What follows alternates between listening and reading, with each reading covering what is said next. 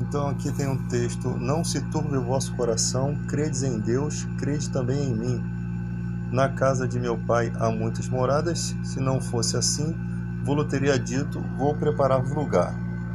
E se eu for e vos preparar lugar, virei outra vez e vos levarei para mim mesmo, para que onde eu estiver estejais vós também. O cara está questionando essa palavra, e se eu for e vos preparar lugar, virei outra vez, né? E se eu for, no texto original está, no texto, em outras bíblias, né? E quando eu for e vos preparar lugar, voltarei e vos receberei para mim mesmo, para que onde eu estou estejais vós também. Então a questão é a seguinte, ele diz que se a casa do Pai há muitas moradas, então Jesus não foi preparar lugar. Então ele está dizendo, e se eu for, né? Ou seja, não é necessário aqui ir preparar lugar, porque a casa do Pai já tem muitas moradas. Mas isso aqui é tão ridículo pensar dessa forma, por quê? Porque a casa do Pai pode ter várias moradas e não ser a morada de honra de Jesus. Né? Lógico que se existem várias moradas, a de Jesus seria o quê? Inferior a essas moradas, igual a essas moradas, ou seria mais reservada, melhor? Né? Quando a gente entende que o único que conhece a Deus, que vê o Pai, que está junto de Deus é Jesus, o único que consegue revelar o Pai, né? Então você percebe que essas moradas aqui citadas não são a morada que Jesus está falando que vai preparar, porque do contrário não teria tudo isso aqui escrito, né? Tudo isso daqui escrito, porque se ele fala, na casa do meu pai há muitas moradas, poderia muito bem dizer, tem lugar preparado lá para vocês, né? Mas Jesus começa o texto dizendo, não se turbe o vosso coração, né? Não se entristeça o vosso coração, aqui na Bíblia Strong. Credes em Deus, crede também em mim. Então Jesus aqui não está falando que ele é o próprio Pai, tá? Ele é Deus Filho, mas ele não é o próprio Pai. Crede em Deus, crede também em mim. Na casa de meu pai há muitas moradas. Se não for assim, eu vou teria dito, pois vou preparar lugar. Quando eu for e vos preparar lugar, voltarei e vos receberei para mim mesmo, para que onde eu estou estejais vós também. Ou seja, essa morada é uma morada específica, diferenciada das muitas moradas que tem lá. O texto é bem simples, tá? Algumas pessoas que gostam de falar que Jesus e o Pai são a mesma pessoa e não pessoas distintas, apesar de existem outras duas crenças. Eu creio que Jesus é Deus Filho, né, e tem o Pai. Da onde que eu tiro isso? A própria Escritura diz o quê? Que Deus é o cabeça de Cristo. Cabeça nesse sentido é a autoridade. Em Apocalipse, lá no futuro diz, o que vencer lhe concederei que se assente comigo, assim como eu venci e sentei no trono junto de meu Pai, né? Então você tem ali uma revelação no futuro. Jesus também disse, Pai, me devolva aquela glória que eu tive contigo antes que houvesse mundo. Ou seja, ele já tinha uma glória antes do mundo. Antes da formação do mundo, ele já tinha uma glória. Algumas pessoas citam esse texto aqui, eis que vem com as nuvens e todo o olho verá, versículo 7, até quantos transpassaram, e todas as tribos da terra se lamentarão, tal. Eu sou o Alfa e o Ômega, diz o Senhor Deus, aquele que é, que era e que há de vir, o Todo-Poderoso, tá? Então aqui esse texto está referindo-se a Jesus, né? Eis que vem com as nuvens e todo olho verá até quantos transpassaram. Então esse acontecimento é com Jesus. Então só que ele fala, eu sou o Alfa e o Ômega, diz o Senhor Deus, aquele que era e que há de vir, Todo-Poderoso. Usa esse versículo para dizer que Jesus é o próprio Deus Pai.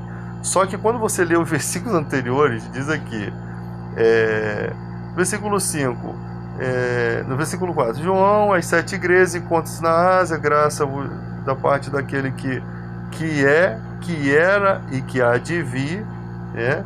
Da parte dos 7 espíritos que se acham diante do seu trono, né? E da parte de Jesus Cristo, a fiel testemunho primogênito dos mortos e o soberano dos reis da terra.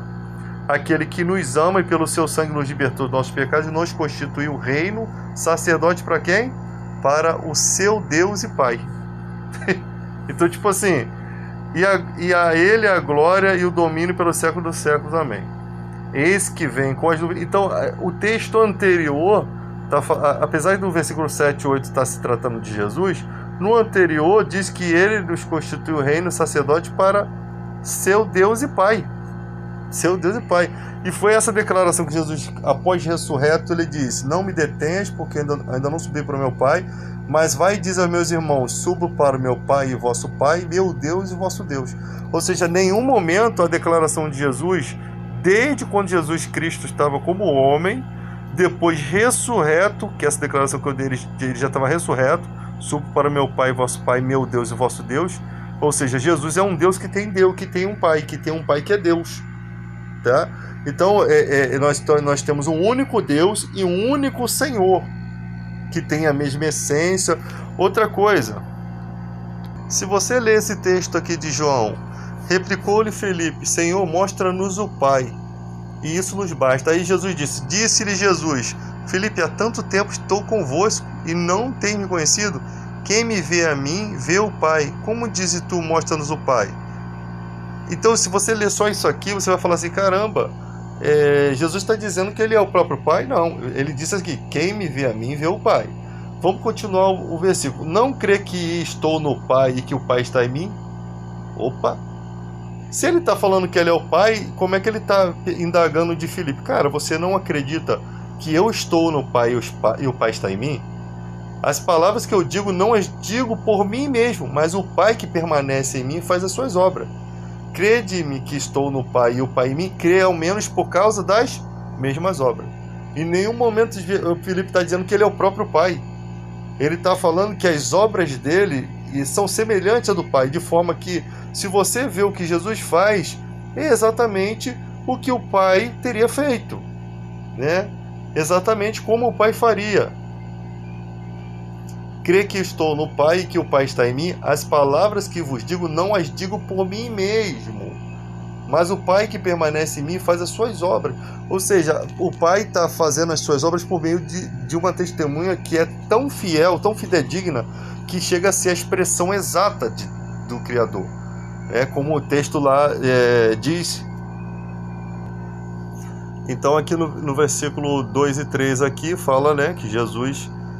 que Deus fala nos últimos tempos por meio do Filho, que constituiu a ele herdeiro de todas as coisas, pelo qual também fez o universo. Ou seja, o universo foi feito pelo herdeiro junto com ele. Está aqui no versículo 2.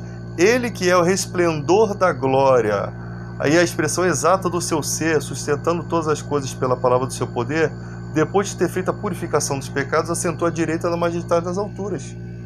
Ou seja, se Jesus está à direita de Deus, nas alturas, porque esse texto está falando no futuro, como que ele é o próprio Pai, se ele está sentado? E isso mostra lá em Apocalipse: ao que vencer, lhe concederei que se assente comigo no meu trono, assim como eu venci e me assentei com meu Pai no seu trono. Nas visões de Estevão, Jesus está ao lado, à direita de Deus, ali em pé, no caso, ainda não estava assentado, né? Mas na visão apocalíptica ele já venceu e já está sentado. E aqui, após ele fazer a purificação dos pecados, assentou-se à direita da majestade das alturas. Ou seja, o escritor sagrado, após a morte de Cristo, está declarando a posição de Cristo à direita de Deus, né? E isso por quê? Vamos lá, no Salmo 110, no original aqui, Salmo 110, que as pessoas gostam de deturpar. 110, versículo 1. Está lá: disse o Senhor ao meu Senhor: assenta-te à minha direita, até que eu ponha os teus inimigos debaixo dos seus pés. Disse o Senhor, Jeová, né? Javé, o Adonai, ao meu Senhor, ao outro Senhor aqui, pequenininho, ao meu Senhor, né? Adoni, tá? Então há dois senhores aqui, sim. Revelado do Antigo Testamento, sim, há dois senhores. Aqui em Mateus 22, 42, Jesus faz exatamente a revelação do Salmo 110. Versículo 42. Que pensais vocês do Cristo? De quem ele é filho? De quem o Messias, o Cristo é o Messias, o enviado de Deus? De quem ele é filho? Responderam, de Davi. E Jesus replicou: então, como, pois, Davi, pelo Espírito Santo, chama-lhe de Senhor, dizendo: disse o Senhor ao meu Senhor, assenta-te à minha direita até que eu ponha os seus inimigos debaixo dos teus pés.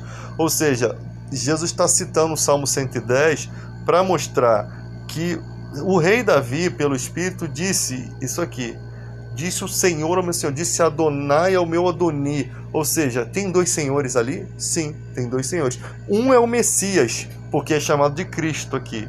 Um daqueles, o segundo é o Cristo. O primeiro Adonai, o título é Deus.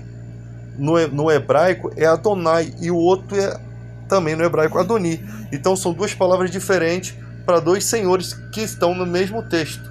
Disse o Senhor, meu Senhor. Isso significa que o Messias ele é da linhagem de Davi, porque ele nasce em Nazaré, ele nasce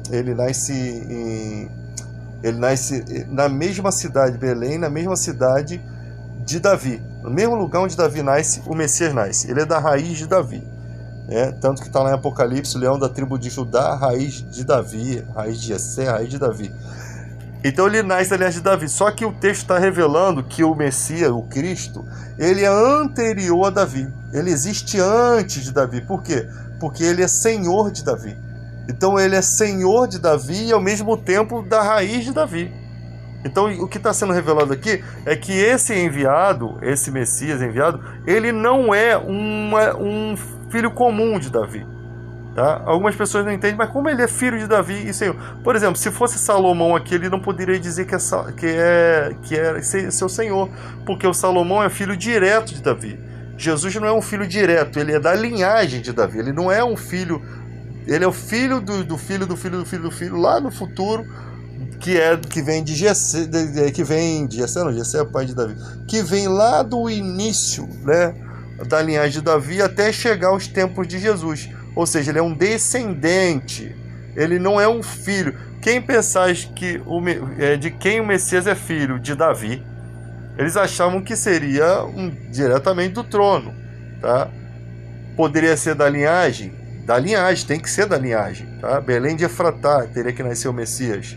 Está lá na profecia de Miqueias 5:2. Mas ele, como é que Davi chama ele de Senhor? Que loucura é essa? Como é que você vai chamar um filho de Senhor? É que o texto está revelando que estava ocultado ali, Jesus revela, e quando revela as pessoas que sem entender nada, ninguém podia responder palavra, nem ousar alguém a partir daquele dia fazer perguntas, né? Se Davi, por lhe chama de Senhor, como ele é seu filho? Foi a pergunta que Jesus fez. Vocês estão entendendo alguma coisa de forma equivocada, uma coisa que abriu-se os olhos deles ali no momento que Jesus revelou. Ou seja, eles passavam por esse texto e não observavam isso, porque o texto estava bem óbvio. Porque como é que o Messias vai ser chamado de Senhor? Como é que existia um Senhor? Quem é esse Senhor? Esse Senhor tem que ser o Messias, por quê? Porque diz que ele seria colocado, os inimigos todos debaixo dos pés daquele cara, daquela pessoa que está sendo mostrada ali. Disse o Senhor, meu Senhor, assenta-te à minha direita, ou seja, reina. Se está à direita de Deus, é uma posição totalmente que ninguém está, né? Assenta-te à minha direita até que eu ponha seus inimigos por estrado de seus pés. Ou seja, Jesus nesse momento está assentado à direita de Deus e os seus inimigos vão ser colocados todos debaixo dos pés. Inclusive no final de tudo, Satanás. Por que Satanás é inimigo de Cristo? Quem matou Jesus na cruz foi o diabo. A morte de Jesus acontece por conta de Satanás. Porque se Satanás não fosse lá tentar Eva, perturbar lá no jardim, talvez eles não teriam comido o fruto. Mas já que eles comeram, o provocador da morte de Cristo foi Satanás. Ele é o provocador. Na personificação da serpente, que lá em Apocalipse diz que o dragão é a antiga serpente, né? de Gênesis 3. E quando diz que Deus não divide sua glória com ninguém, lá em Daniel 7 diz: eu estava olhando nas minhas visões de noite, e eis que vinha com as nuvens do céu, como filho do homem, dirigiu-se ao ancião de dias, e o fizeram chegar até ele. Foi-lhe dado domínio glória e o reino, para que os povos, nações, homens de todas as línguas servissem. O seu domínio é domínio eterno, que não passará, e o seu reino jamais será destruído. Quanto a mim, Daniel, no meu espírito foi alarmado dentro de mim, e as visões da minha cabeça me perturbavam. Cheguei-me a um dos que estavam perto e pedi a verdade acerca de tudo isso. Assim ele me disse e me fez saber a interpretação das coisas. No caso aqui, essas perturbações que Daniel fala é das coisas citadas antes, né? Depois ele vai falando aqui, ó, que ele estava falando do chifre, ó, no versículo 8, estava observando os chifres dos animais que ele viu, né? Que devorava, e depois essas visões todas lhe perturbavam. E aí começa a revelação desses sonhos. Mas aqui nessa parte aqui, já está tendo uma outra revelação. Já está falando do Filho do Homem, né? E por que isso está dentro de um contexto aqui? Porque quando você vai ver o Apocalipse, vai ver a interpretação, fala o quê? Dos domínios da terra, né? De todos esses domínios da terra. Não teria como falar desse domínio sem falar desse personagem, que seria, no caso aqui, Jesus, né?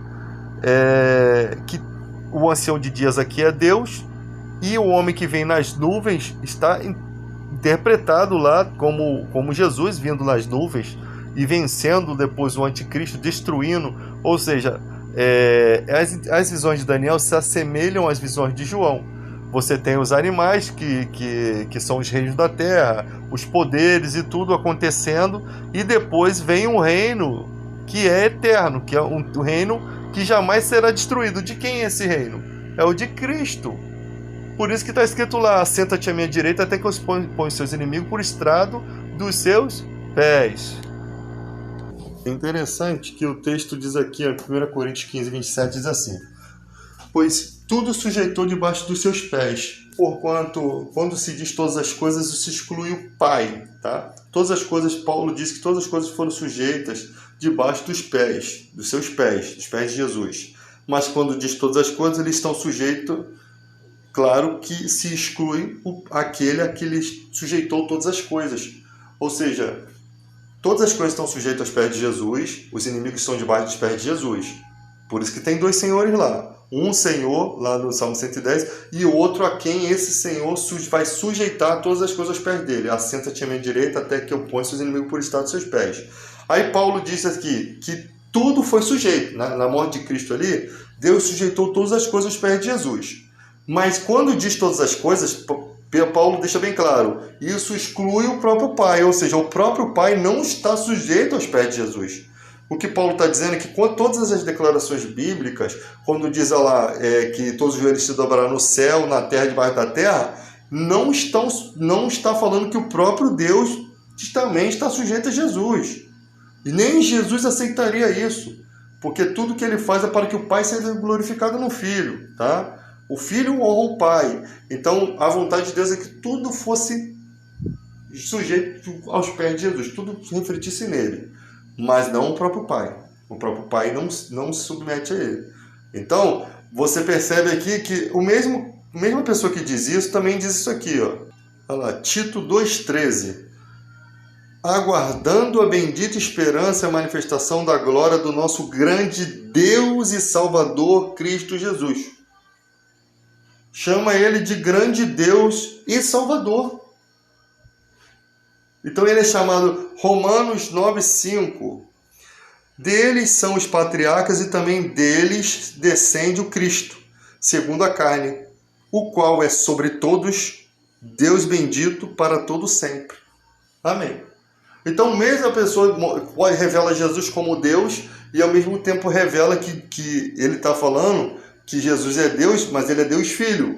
Por quê? Porque o Pai sujeita todas as coisas aos pés dele, mas o Pai não está sujeito a ele. Então todo o texto, desde o Apocalipse, onde Jesus está sentado à direita do Pai, entronizado ao lado do Pai, é um trono que tem dois lugares, se a gente for colocar assim. É um trono onde está Deus de um lado e Jesus do outro. Qual é o problema de você ter um trono? Você não tem uma poltrona que dá para sentar duas pessoas na sua casa? Não existe isso. Mas em questão de autoridade, está lá Deus do lado e Jesus do outro.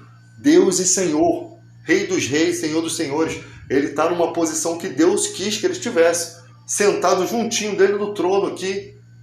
Tá? E quem é o ancião de dias a qual quem é que toma o livro selado das mãos do ancião de dias? Jesus. Ele é digno de abrir o selo. E quem é o ancião que está sentado? Deus. Então, tipo, são coisas que estão bem óbvias, desde o Antigo Testamento. Né? Desde o Antigo Testamento estão bem óbvias. Disse o Senhor ao meu Senhor. São dois senhores. Simples assim.